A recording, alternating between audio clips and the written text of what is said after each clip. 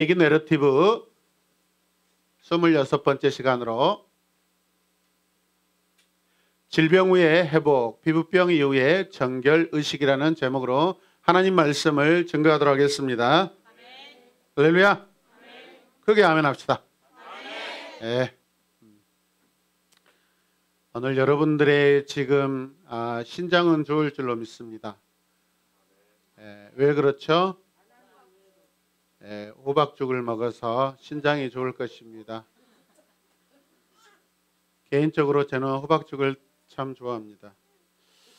오늘 팥까지 넣어줘서 더 맛있었습니다. 많이 드시길 바랍니다. 자, 잘 들으세요. 레위기 14장이죠. 오늘 지난주까지 13장이었고 레위기 14장은 피부병 등 질병 이후의 회복을 위해 규정된 의식을 기록하고 있는 본문 말씀입니다. 이 의식은 이제 깨끗하고 정하게 된 후에 예배를 통해 하나님께서 제사로 받으시는 것으로 만드는 그런 과정입니다. 아멘입니까?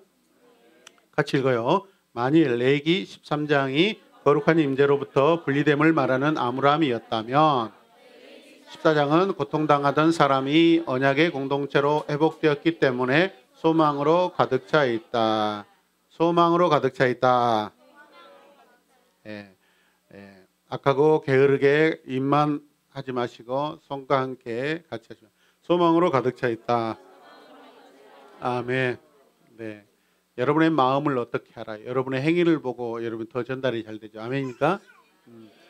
또 읽어요. 만일 이 규정들을 통해 거룩하신 하나님의 속성을 더 잘 배우게 되었다. 아멘. 모든 말씀 안에는 하나님의 뜻과 하나님의 마음, 하나님의 의중이 들어있는 줄로 믿으시길 바랍니다. 말씀 안에는 영적 교훈이 다 들어있습니다. 병에 걸렸던 사람이 이제 언약의 공동체 가운데 회복되었다는 이 사실은 엄청난 큰 기쁨입니다. 그 과정은 치료보다 정결의 관계가 더 중요하고요. 그래서 이스라엘 제사장은 이방인들이 그랬던 것처럼 마법이나 어떤 귀신 쫓는 것을 통해서 이 환자 병자를 낫게 하는 것이 아니라는 것입니다. 오늘 본문 말씀을 이렇게 구조적으로 살펴보면 첫 번째 절반은 첫 번째 주에 짐 밖에서 이렇게 의식이 진행되고 그 다음에 나머지 두 번째 주에는 진 안에서 진행되는 그런 내러티브로 구성되어 있습니다. 진 밖에서 일주일, 진 안에서 일주일 이렇게 합쳐서 2주일.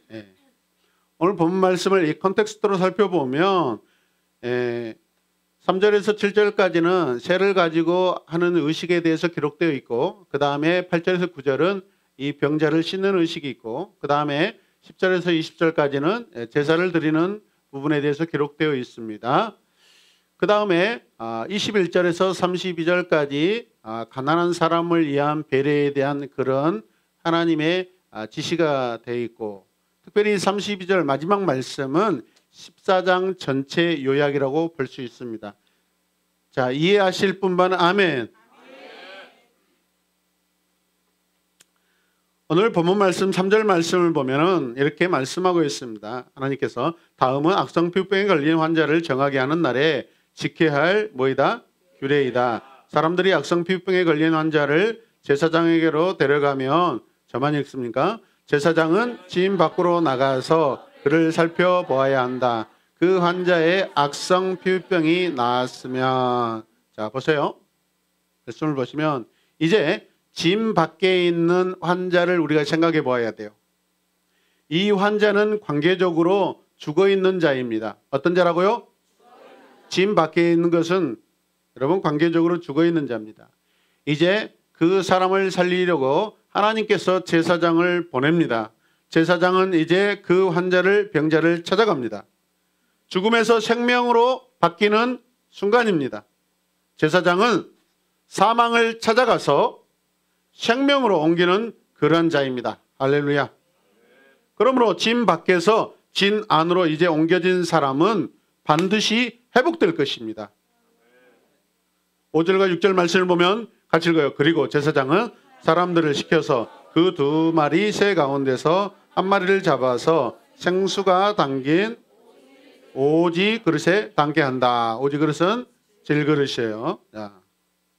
그 다음에 6절과 7절 말씀 계속 읽어요. 그렇게 한 다음에 제사장은 백향목 가지와 홍색 털실 한 뭉치와 읽어요.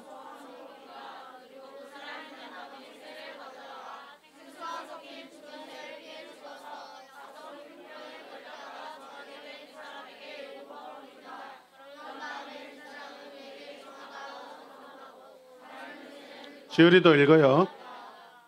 네. 네. 자, 말씀 잘 읽으셨어요? 네. 중요한 내용들을 지금 제가 이렇게 색칠해 놨어요. 자, 3절과 9절까지의 이 문단의 주제는 무엇이냐면 같이 읽어요. 하나님께서는 질병에서 고침받은 사람이 공동체 가운데 회복될 수 있도록 규정을 마련하셨다. 회복을 시키신 이유는 환자를 거룩한 곳에 있는 언약 공동체로 회복시키는 데 목적이 있습니다. 고치는 걸로, 치유하는 걸로 끝나지 않습니다. 아멘. 여러분, 예수님 앞에 여러분 10명의 문둥병자들이 고침받았어요. 충분히 육체의 병을 고침받았어요. 그러나 그 중에 한 사람만 다시 돌아와서 영적인 관계가 회복되는 그러한 일을 경험하게 됩니다. 우리 중에 누구든지 이곳에서 어떤 아팠을 때 치유의 은혜를 받을 수 있어요, 여러분. 그렇게 받고 고침을 받고 여러분 교회를 떠나고 자기 마음대로 사는 사람이 있어요, 여러분. 그런데 어떤 사람은 그러지 않습니다. 치유받고 공동체에 들어와서 공동체를 위하여 자기 자신이 하나 되는 그런 사람이 복된 줄로 믿으시길 바랍니다. 질병으로부터 모든 회복이나 치료는 음성 판정이든 양성 판정이든 하나님의 사역입니다. 반드시 하나님이 치료하셔야 됩니다. 하나님의 회복이어야 됩니다, 여러분. 모든 회복은 환자에게 이 세상에서의 새 출발이고 새 소망인 줄로 믿으시길 바랍니다. 그러나 그보다도 더 중요한 것은 병에 걸렸던 사람을 다시 여호와의 거룩한 임재 그 공동체에 참여시키는 하나됨의 은혜인 줄로 믿으시길 바랍니다. 질병에서 회복된 사람은 진찰하는 제사장으로부터 허락을 받고 이어서 새 2마리를 드립니다. 한 마리는 죽여서 그 피를 질그릇 안에 담긴 깨끗한 물과 섞습니다. 피와 물을 섞은 것을 우슬초에 묻혀서 예배자에게 뿌립니다. 살려둔 새는 물에 살짝 담근 다음에 날려보냅니다. 이어서 이 예배자는 털을 깎고 목욕을 함으로써 진 안으로 들어오게 됩니다. 그러나 아직 자기 집에는 들어가지 못합니다. 진 안에 들어가 살 수 있기에 지금까지 어쩌면 충분한 깨끗한 그런 상태입니다. 그러나 하나님께서는 일주일을 더 집에 가지 않고 진 안에서 머물게 만드십니다. 이런 부분들은 하나님이 얼마나 죄를 깨끗하게 정결하게 완전하게 대하시고 치료하시고 그렇게 생각하는지 우리가 이 말씀을 통해서 우리 자신에게 새겨야 될 줄로 믿습니다. 하나님은 죄를 해결하는 데 상당히 까다로우셔요, 여러분. 이해되십니까?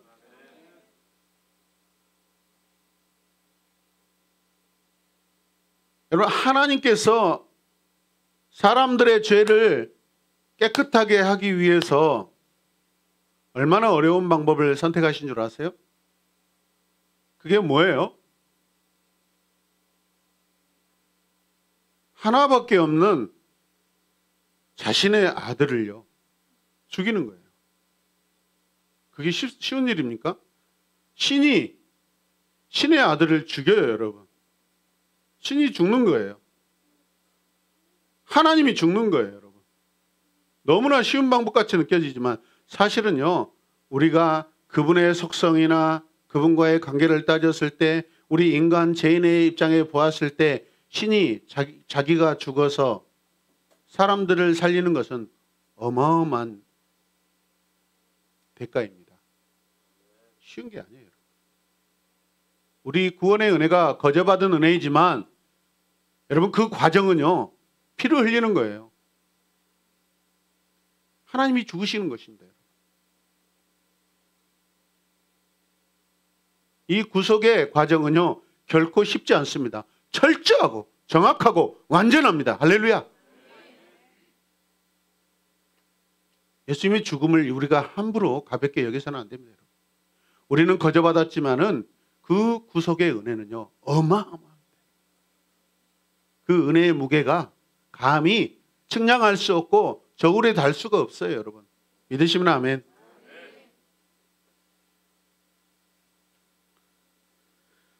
오늘 두 마리 새가 등장하고 있습니다. 두 마리 새는 고침받은 이스라엘 백성들을 가리킵니다. 한 마리를 죽이는 것은 하나님의 개입을 벗어난 병든 사람의 운명을 가리킵니다. 죄는 반드시 죽음이 뒤따른다는 것이죠. 이해되십니까? 죄는 반드시 죽습니다. 다른 한 마리는 자유롭게 놓아지는 것은 자유롭게 놓아져서 날아가게 하죠. 그 병자의 질병이 여러분 다 고쳐졌다라는 것을 가리킵니다. 이해되십니까? 질병이 제거됐다는 상징이에요. 따라서 같이 읽읍시다. 두 마리 새는 두 가지의 운명인 죽음과 생명을 가리킵니다. 계속 읽어요. 날려보낸 새는 그 사람이 이제 새 생명을 얻었고 새 에너지로 살아갈 수 있으므로 죽음의 사슬에서 벗어나 자유를 얻었다는 것을 뜻합니다. 아멘. 그 다음에 질그릇에 담겨 죽은 새는 나의 죄로 인해 죽었다라는 것이죠. 그런 고백이 일어나야 됩니다. 아멘. 그 죽은 새, 피를 흘리면서 죽은 새는 내 죄 때문에 내가 죽었구나 라는 그런 신앙의 고백이 일어나야 됩니다. 할렐루야. 그리고 하나님의 사랑으로 죽은 나를 저 날아가는 새를 통하여서 나는 다시 살아났구나 라는 거죠. 죄로 인하여 내가 죽었는데 하나님이 살아서 날려보낸 그 새를 통해서 내가 다시 살아났구나 하는 것을 하나님께 감사의 고백을 하시길 바랍니다. 이 상징적인 이 네르트비의 사건은 대속죄일에 염소 한 마리는 죽이고 다른 염소 한 마리는 이제 광야로 살려서 내보냅니다. 그런데 내보낼 때 여러분 광야로 나가는 그 염소는요, 죄의 짐을 지고 나가는 것입니다. 자유하게 보내지만은 그 거치는 광야, 아무도 없는 그 밤중에 무서워서 벌벌 떨어야 되는 그런 상황 가운데 놓입니다. 죄 짐을 지고 가는 거예요. 우리 예수님이 이 땅에 오셔서 광야 같은 이 죄악의 세상에 오셔서 여러분 살인자들에게 죽임당하고 할렐루야 온갖 고난을 당하시고 조롱과 침뱉음을 당하는, 그러다가 마치 광야 같은 이 세상에 죽게 되는 것이죠. 그게 아사셀 염소죠. 우리 주님은 아사셀이에요. 아사셀. 이해되십니까?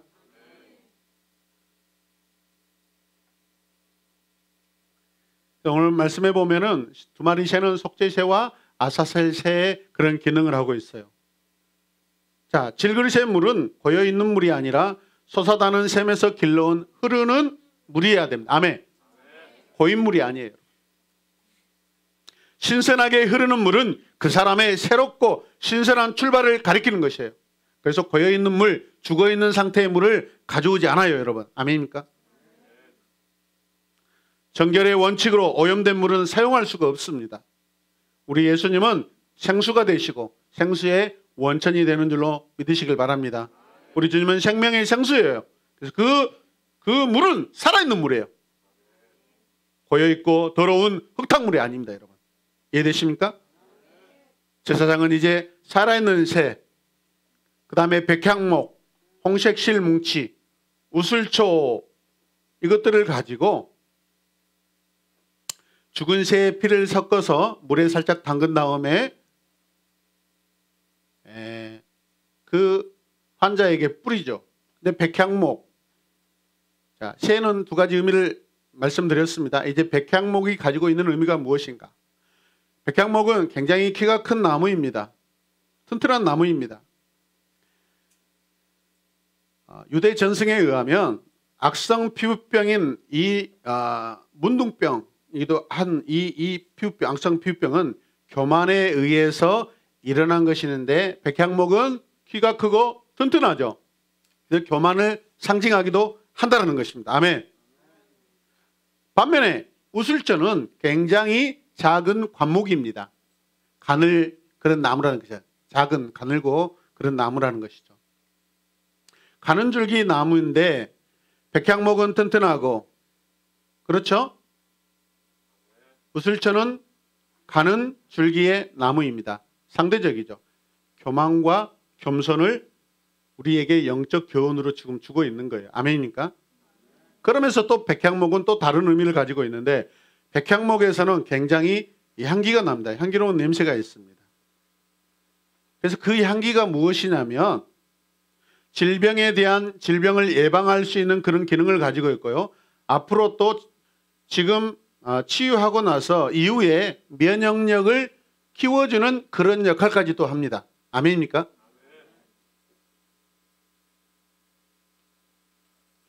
그 다음에 홍색실은 여기 실로 나와 있는데 이것은 사실은 작은 벌레로 만들어 놓은 것입니다. 작은 벌레가 원료가 되어서 만든 거예요. 옷감 색으로 쓰기도 하고요. 그렇습니다. 근데 벌레라는 것은 어떤 의미이죠? 사람들에게 사랑받아요? 아니면 싫어하는, 그죠? 그래서 벌레를 보면서 우리는 이 병자는 겸손을 생각한다는 거예요, 여러분. 내게 임한 하나님의 치유가 벌레 같은 나를 치유하셨구나라고 그렇게 생각하게 된다는 것입니다. 아멘입니까? 우슬초는 거룩하게 구별된 제단이나 또 대상물에 피를 뿌리는 데 사용하는 작은 감목, 마치 작은 빗자루 뭉치같이 그렇게 생겼습니다.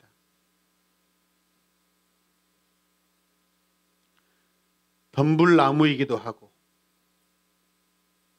사실은 어디에 귀하게 쓰일 수 있는 것이 아니에요. 그럼에도 불구하고 죄인을 치료하는 도구로 사용되고 있는데 마찬가지로 그런 형편없는 가시덤불, 작은 그 가지, 그 줄기의 그 나무가 죄인을 치료하는 데 쓰임받을 때 본능적으로 병자는 이 연약하고 이 버려질 수밖에 없는 가치 없는 것들이 나를 치료하는구나라고 그렇게 은혜를 배우는 것입니다. 여러분. 아멘입니까? 요한복음 19장 29절 말씀 읽읍시다. 시작. 거기에 신 포도주가 가득 담긴 그릇이 있었는데 사람들이 해면을 그 신 포도주에 듬뿍 적셔서 우슬초대에다가 꿰어 예수의 입에 갖다 대었다. 주님이 십자가에 달리셨을 때 바로 오늘 본문의 이 내러티브 안에 병자에게 한 행위들의 이것들이 바로 예수님께도 행해집니다. 그런데 예수님은 그 율법의 모든 것들을 거부하죠. 예수님의 죽음이 율법으로 인하여서 죽게 되는 것이 아니라 하나님의 뜻, 그분의 스스로의 사랑으로 주님이 우리를 위해 죽으신 줄로 믿습니다.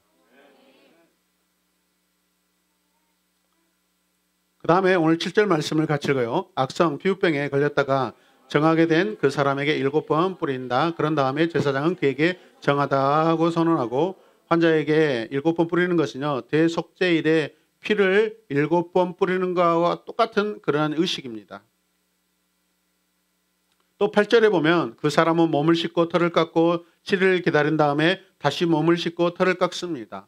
왜 털을 깎겠어요? 하얀 털이 올라오는가 안 올라오는가 완전하게 확인하는 거죠. 이해되십니까?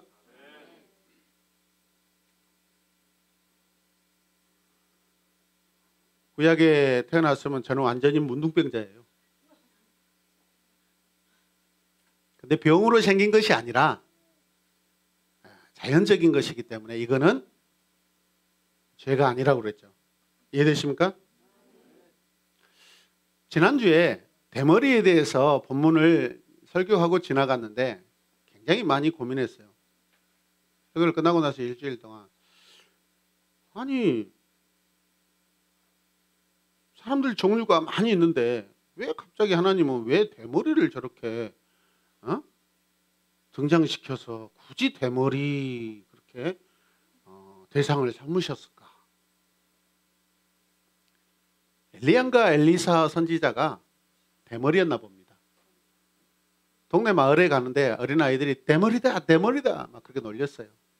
그러니까 사람들이 일반적으로 보았을 때 대머리는 그렇게 싹 좋은 느낌이 아닌 것 같아요. 사람들이 오해한다는 것이죠. 건강한 사람들도 불구하고 오해하니까 특별히 대머리에 대해서는 오해가 없도록 하나님께서 완전하게 이 대머리를 은혜를 주시는 거예요. 여러분들 대머리가 아니다고 전혀 공감대 형성이 안 일어나는데 어쩌면 여러분도 5년 10년 후에 저는 머리털이 더 보존되고 여러분은 다 빠지는 은혜가 임하길 주님의 이름으로 축복합니다. 와 집중력 좋네요. 아멘 한마디가 안 나와요. 기가 막힌.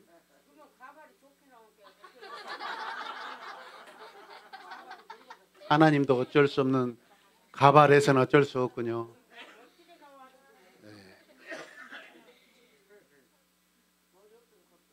저 하늘문 위에서 들어가는 날 가발 다 벗겨집니다. 장동기 집사님 가발 아니죠? 가발이십니까? 조심하십시오. 전체가 놀다가 이렇게 잡아당기다가 확 벗겨질 수 있어요.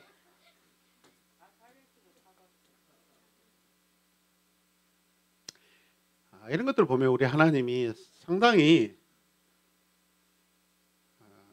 자기의 백성들의 마음을 잘 헤아리고 계시고 아멘이죠.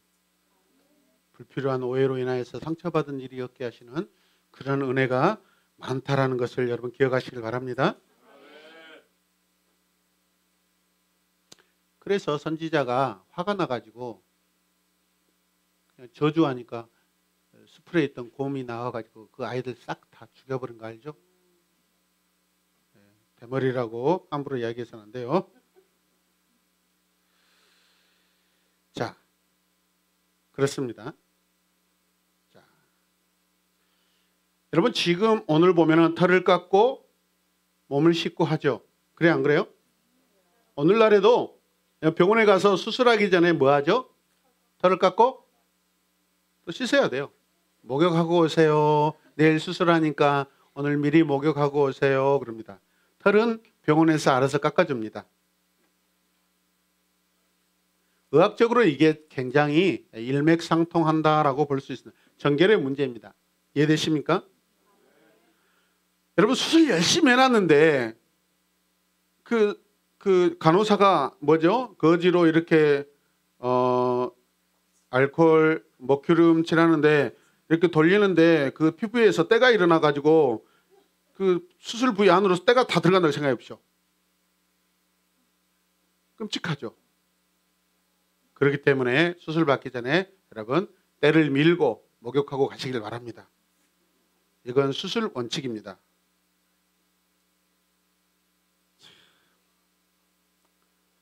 아무튼 집에 가서 샤워하시길 바랍니다. 샤워 수준이 아닙니다. 때를 뱉기셔야 돼요. 자, 제사장은 환자에게 아무 질병이 남아있지 않고 회복된 사람은 이제 진 안으로 들어갈 수 있게 했다겠죠. 그러나 아직 자기 집으로는 들어간다 못 들어간다? 못 들어가요. 일주일 더 있어야 돼요. 자, 읽읍시다. 완전한 회복, 곧 속죄가 완성되기 전에 아직 한 단계가 필요하다. 필요합니다. 자, 그 말씀을 살펴보도록 하겠습니다. 두 번째 문단은 10절에서 두 번째 파트입니다. 같이 읽어요. 하나님께서는 정결하게 된 예배자를 속죄 제사를 통해 언약 공동체에 완전하게 참여하도록 회복시킨다. 자, 한 단계가 남아있는 게 뭐겠어요? 속죄 제사예요. 그냥 제사장 입으로 정하다라고 선언하고 끝난 게 아니에요. 그 사람을 하나님 앞에 데려와서 어떻게 해요? 예, 속죄 제사를 드리게 해야 돼요. 아멘.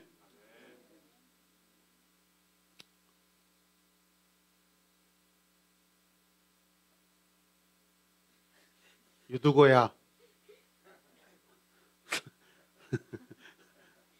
졸다가 성경에 보니까 하나님 말씀 들다 졸다가 이렇게 떨어져 가지고 죽습니다.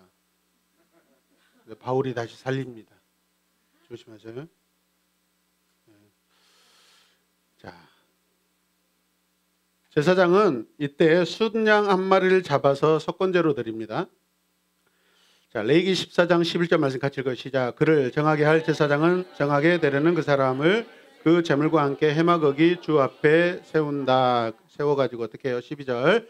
제사장은 순양 한 마리를 끌어다가 그것을 기름 한 녹 3리터와 함께 속건제물로 바치는데 그것은 주 앞에서 흔들어 바치는 제물이므로.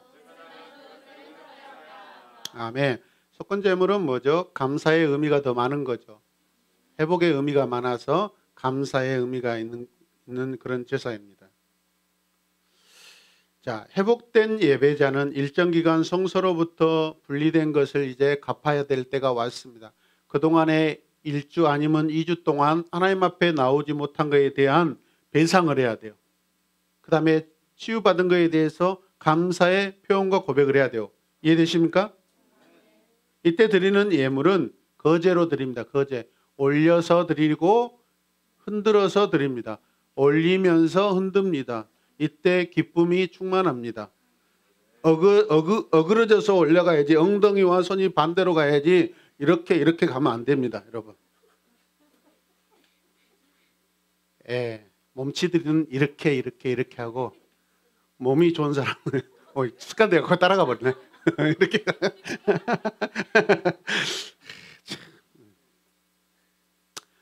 예, 올려드릴 때, 흔들 때, 아버지여, 여호와여 받으소서.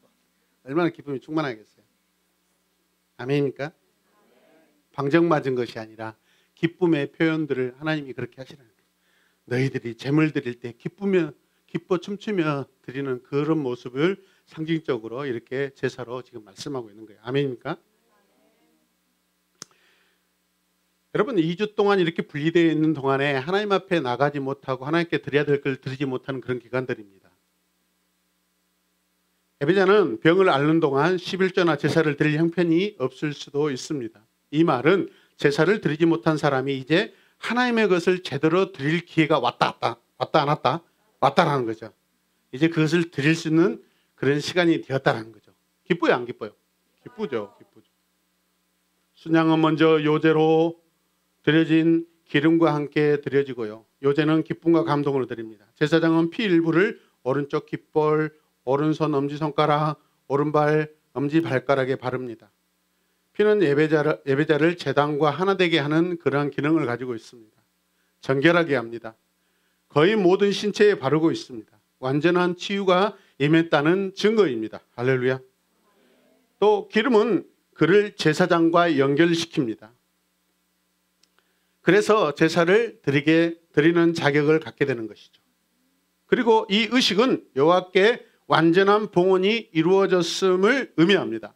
이제 그는 제사를 드릴 수가 있게 되었습니다. 이것은 여호와를 예배하고 섬기기 위해 성소에 들어온 사람이 항상 드리는, 지금까지 항상 아프기 전에 드렸던 항상 드리는 제사로 복귀되는 것입니다. 아멘.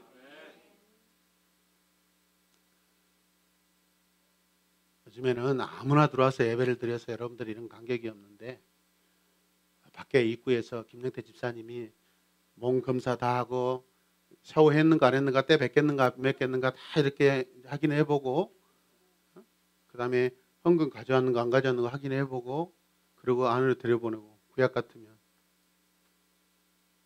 우리 너무 자유롭습니다. 우리는 물질이 우선순위가 아니야. 우리의 마음이 우선이기 때문에 하나님은 이렇게 주 예수 그리스도를 통해서 관계를 새로운 더 깊은 관계로 우리를 부르신 줄로 믿으시길 바랍니다. 하나님 우리를 더 깊은 관계로, 깊은 방법으로 우리를 부르신 줄로 믿으시길 바랍니다.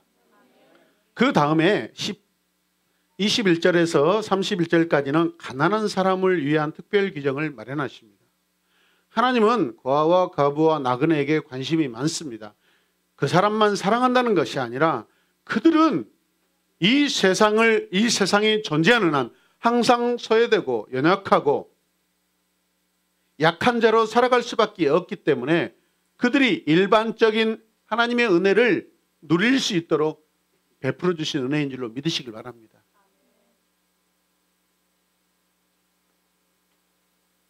이곳에 11조 10만 원, 100만 원 이상만 한 사람만 들어온다고 하면 어떡해요? 그러면 하나님의 수많은 영혼들을 구원하시고자 하는 그런 마음과 절대 일치할 수가 없는 것이죠. 하나님 누구나 들어오게 하시는 거죠. 이해되십니까?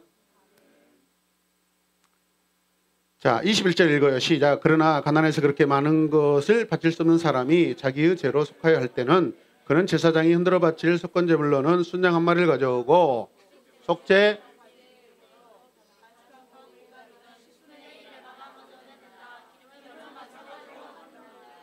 여기서 이상한 단어가 나요. 록이라는 것은 3리터 정도 되는 그런 단위입니다. 여러분.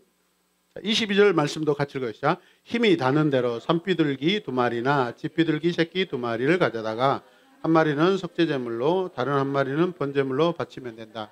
중요한 것은 여러분 아무리 가난해도 빈손으로 절대 들어올 수 없어요. 아멘.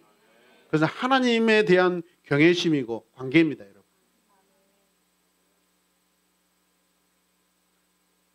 아무리 가난해도 최소한 산에 가서 산비둘기 한 마리는 잡을 수 있는 그런 마음이 있어야 된다는 것입니다. 아멘입니까? 무책임하게 은혜를 그냥 생각하지 않고 올 수 없다라는 것입니다. 여러분.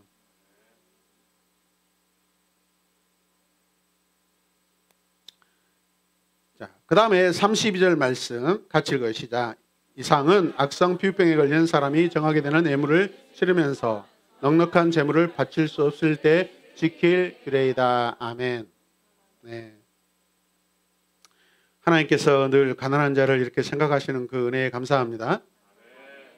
말씀을 결론을 내리도록 하겠습니다. 어떤 질병으로부터 회복된 이스라엘 백성은 언약 공동체 곧 성소와 자기 집에 다시 들어가기 전에 반드시 세밀한 의식을 한 번 더 거쳐야 합니다.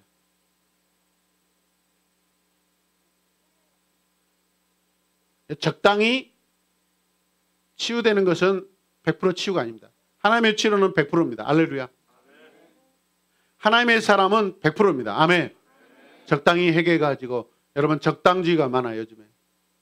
한국교회가 이렇게 힘든 이유는 무엇이죠? 성도도 아닌 사람이 성도라고 하고 있고 하나님을 만나지도 않은 사람들이 교회 안에 들어와 있습니다. 종교적인 행위를 하고 있습니다.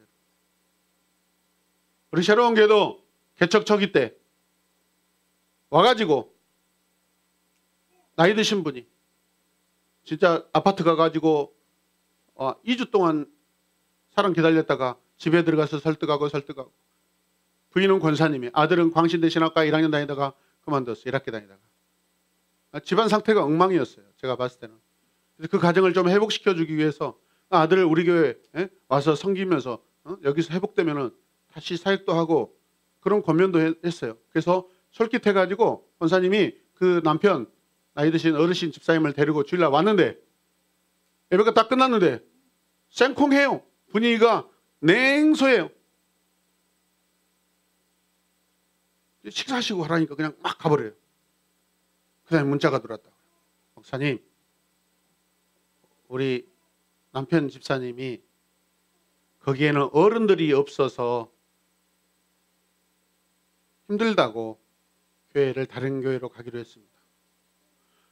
아니 어떤 젊은 사람들은 교회에 아이들이 없어서 소망이 없다고 한 주 왔다가 안 와버리기도 하는데 어떤 분들은 또 영가님들이 안 계시다고 또 이렇게 그런 분 처음 봤어요.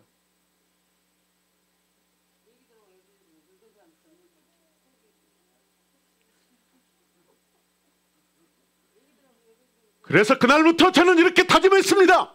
영감님들과 어린아이들이 함께 예배드리는 그런 예배를 드리겠다고.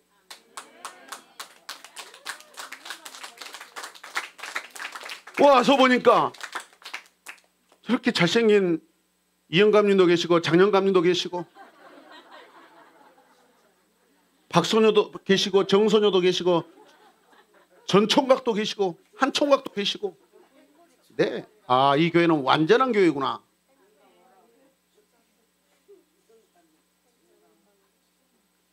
여러분 그때 받은 상처가 얼마나 큰 줄 아세요? 하나님께서 이런 모든 치유를 통하여서 예물을 드림으로써 죄와 모든 정함을 선포하실 때 이 환자들이 새롭고 산뜻한 출발을 할 수 있게 하십니다. 같이 고백해서 산뜻한 출발을 하게 하신다. 하나님께서 공동체로 회복을 허락하셨다는 것은 백성을 건강하게 회복시키신 분이 바로 하나님이심을 우리가 알아야 한다는 것입니다. 하나님께서 거듭 말씀하신 영적 교훈입니다. 출애굽기 15장 26절 같이 읽어요. 시작. 나는 너희를 치료하는 여호와임이니라. 아멘. 진정한 예배자는 모든 회복이 하나님께로부터 온 것임을 믿어야 합니다. 환자들이 자기 건강을 회복할 때 느낀 기쁨과 위로는 앞으로 펼쳐질 남은 인생에 더 큰 기쁨과 더 큰 기대를 하고 살 것입니다. 병자들, 환자들은 하나님의 임재를 경험하였음을 믿음으로 증거할 책임이 계속해서 있는 줄로 믿습니다. 그리스도인에게 오늘날 이러한 의식은 없지만 그 원리에서 배울 수 있는 것은 언제라도 치유되고 회복되고 삶과 예배에 온전히 참여할 수 있게 되면 감사 헌금이라도 찬미의 제사를 드리는 것이 합당하다라는 것입니다, 여러분.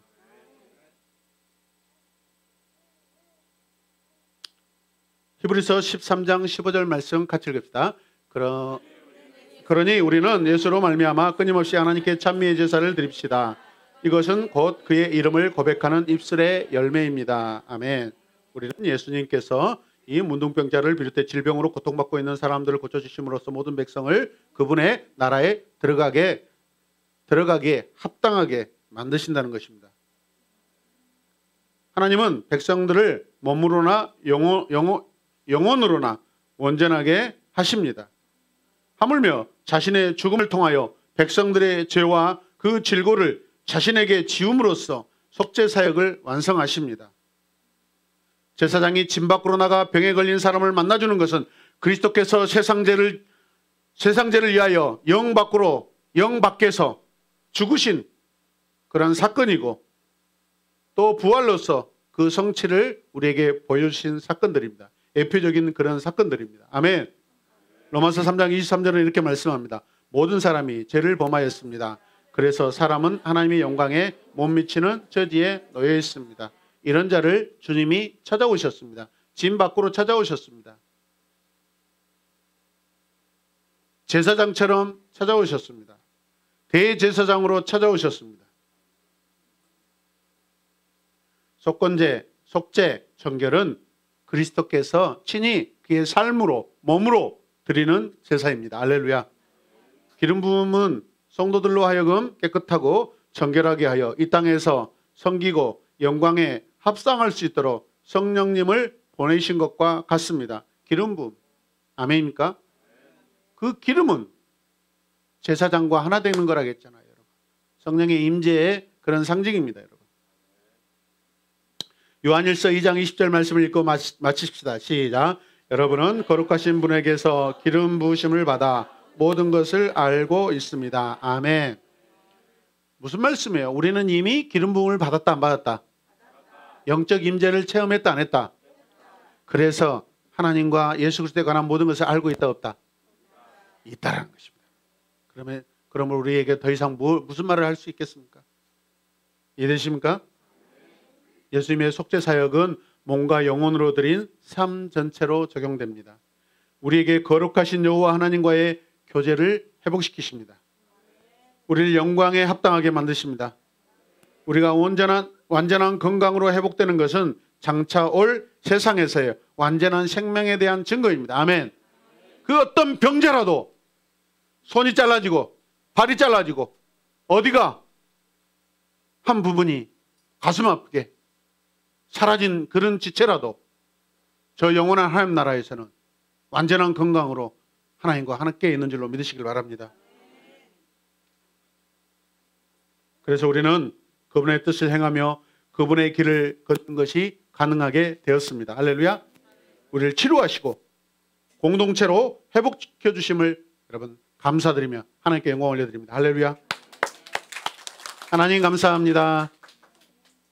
우리를 치료하시고 하나님의 임재의 언약의 공동체로 우리를 회복시켜 주시고 하나 되게 하심을 감사합니다. 예수님의 이름으로 기도드립니다. 아멘.